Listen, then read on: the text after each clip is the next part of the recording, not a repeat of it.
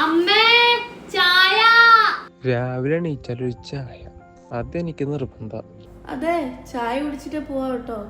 Guys, നിങ്ങൾ ആരെങ്കിലും ചായ കുടിക്കാൻ വരുന്നുണ്ടോ? അങ്ങനെ മലയാളിയുടെ ദൈനംദിന ജീവിതത്തിന്റെ താളത്തിലും ചായയുണ്ട്. നമ്മുടെ ഓരോരുത്തരുടെയും മനസ്സിലെ ചായയുടെ രൂപം പലതായിരിക്കും. പാൽ ചായ, കട്ടൻ ചായ, ഗ്രീൻ ടീ, ഹെർബൽ ടീ, അങ്ങനെ ഓരോ തരത്തിനും അതിൻ്റെതായ രുചിയും ഗുണങ്ങളുമുണ്ട്. ശരീരത്തിന് ഊർജം, മാനസിക സമ്മർദ്ദം കുറയ്ക്കുക, രോഗപ്രതിരോധ ശേഷി വർദ്ധിപ്പിക്കുക, അങ്ങനെ അത്യാവശ്യം കഴിവുള്ള കൂട്ടത്തിലാണ് നമ്മുടെ ചായ.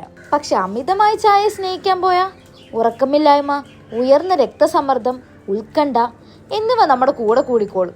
അതല്ലാതെ ചിലരിൽ ചായ അലർജിക്കും കാരണമാവാറുണ്ട്. കേരളത്തിൽ ഇടുക്കി, വയനാട് മലനിരകളിൽ ചായ കൃഷി പ്രധാന തൊഴിലായി കൂടുതലും നമുക്ക് കാണാൻ കഴിയും. ചായയുടെ കല അതിൻ്റെ നിർമ്മാണത്തിലും ആസ്വാദനത്തിലും ഒളിഞ്ഞിരിക്കുന്നുണ്ട്. അതിനാൽ അടുത്ത തവണ ഒരു കപ്പ് ചായ കുടിക്കുമ്പോൾ അതിൻ്റെ രുചിയും ഗുണങ്ങളും കൂടെ ആസ്വദിച്ചോണം. പക്ഷെ അമിതമായാൽ അമൃതവും വിഷമെന്ന് പറയുന്ന പോലെ മിതമായി ഉപയോഗിക്കാനും ശ്രദ്ധിച്ചോണേ.